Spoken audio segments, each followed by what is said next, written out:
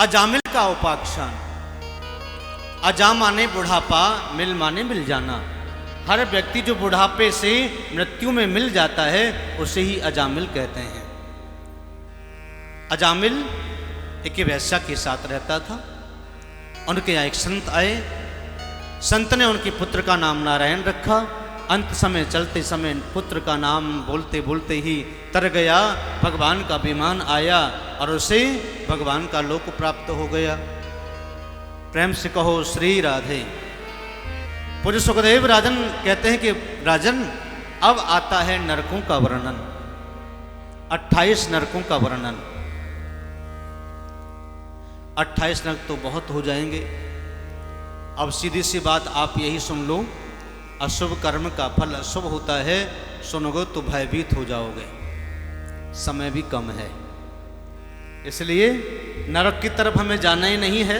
नरक से बचने के लिए हमें कथा सुननी है, कीर्तन सुनना है, भगवान का भजन करना, धर्म करना है, तो हम नरक में जाएंगे ही नहीं।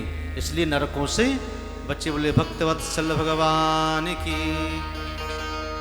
पूज्य सुखदेव कहते हैं कि राजन, एक बार माँ अदिति जो है बड़ी उदास बैठी थी।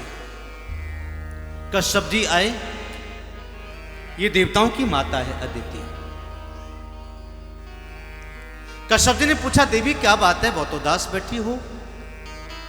अदिति ने कहा कि मुझे कोई ऐसा पुत्र चाहिए जो मेरे पुत्रों का राज्य हरण कर लिया है। मेरी बहन दिति के पुत्रों ने, असुरों ने, जो असुरों को मार करके मेरे पुत्रों का राज्य पुनः वापस लौटा करके ले आए, मुझे ऐसा पुत्र चाहिए। कश्यप जी ने कहा, देवी क्या करोगे ऐसा पुत्र लेकर के? भगवान को पुत्र मान लो। बोले नहीं, कि क्वदेहू भौतिको अनात्मा क्वाचात्मा प्रकृते परा कशिका पति पुत्राद्यामो एव ही कारणम। समझाने का प्रयास किया, नहीं समझे तो कश्यप जी ने कहा, देवी ठीक है, तुम नहीं मानती हो तो फाल्गुन शुक्ल पक्ष की प्रतिपदा से लेकर के तेरस तक, त्रयोदशी तक आप पयोव्रत करिए, केवल एक समय दूध पी करके, और यज्ञ नारायण भगवान का स्तवन करिए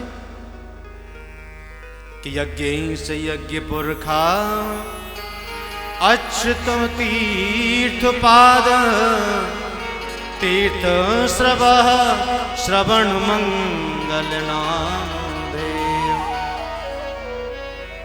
आपत्ति लोके व्रजनोप समोदयाद समनो प्रदीश भगवन्नसी दीनानाथ।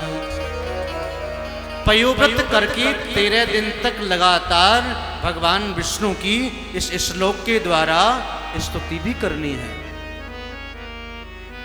तो भगवान कृपा करेंगे, अपने ही समान एक पुत्र आपको प्रदान कर देंगे। अदिति ने पयोव्रत किया। समय आया और समय भादों का महीना, शुक्ल पक्ष, द्वादशी तिथि, दिन के ठीक 12 बजे वामन भगवान का प्रागट्य हो गया। बोले वामन भगवान की जय हो। देवता आए।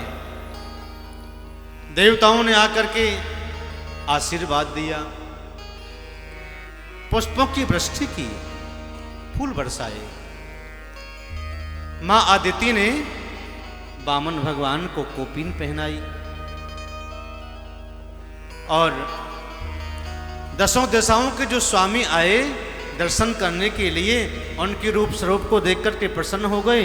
उनको एक छत्र पहना दिया, छत्र दे दिया कि लो महाराज, सर्दी गर्मी बारिश गर्मी के लिए आप छत्र ले लीजिए। ब्रह्मा जी आए। ब्रह्मा जी ने भिक्षा मांगने के लिए कमंडल दे दिया कि लो महाराज, जल पीने के लिए कुछ पात्र तो चाहिए। जल पीने के लिए, आहार करने के लिए, वस्तु कुछ की मांगने के लिए कोई कमंडल चाहिए, कमंडल ले लीजिए। बृहस्पति जी आए, बृहस्पति जी ने उनको जनेऊ पहना दिया। सप्तऋषि आए, सप्तऋषियों ने सुंदर कुशा का आसन तपस्या करने के लिए प्रदान कर दिया। और मां भगवती आई, दुर्गा, मां भगवती दुर्गा ने आकर के गोविंद को एक भिक्षा पात्र दे दिया और उस भिक्षा पात्र में दक्षिणा भी दे दी। भिक्षा पात्र खाली नहीं दिया। और भगवान उस भिक्षा को लेकर के सीधे पहुंच गए बृहस्पति जी के पास,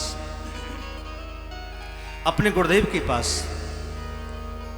गुरुदेव के पास जब पहुंचे तो भिक्षा देने लगे। बृहस्पति जी ने कहा, क्या कर रहे हो? कैसे मुझे इस भिक्षा से बहला रहे हो? मुझे ये भिक्षा नहीं चाहिए। भिक्षा में अगर देना ही चाहते हो तो मेरे देवताओं का जो खोया हुआ राज्य है, ऐश्वर्य है, उसे पुनः वापस लौटा करके आप मुझे दे दिए। और अभी अवसर है, आप यहाँ आप आए हो। राजा बलि अभी अभी यज्ञ कर रहा है, उस यज्ञ में जाइए, उस यज्ञ में आप देवताओं का राज्य मांग करके ले आइए। भगवान चले, गुरु की आज्ञा पा करके। मेरे गुरुदेव का वचन है, उसे सत्य करके दिखाऊंगा।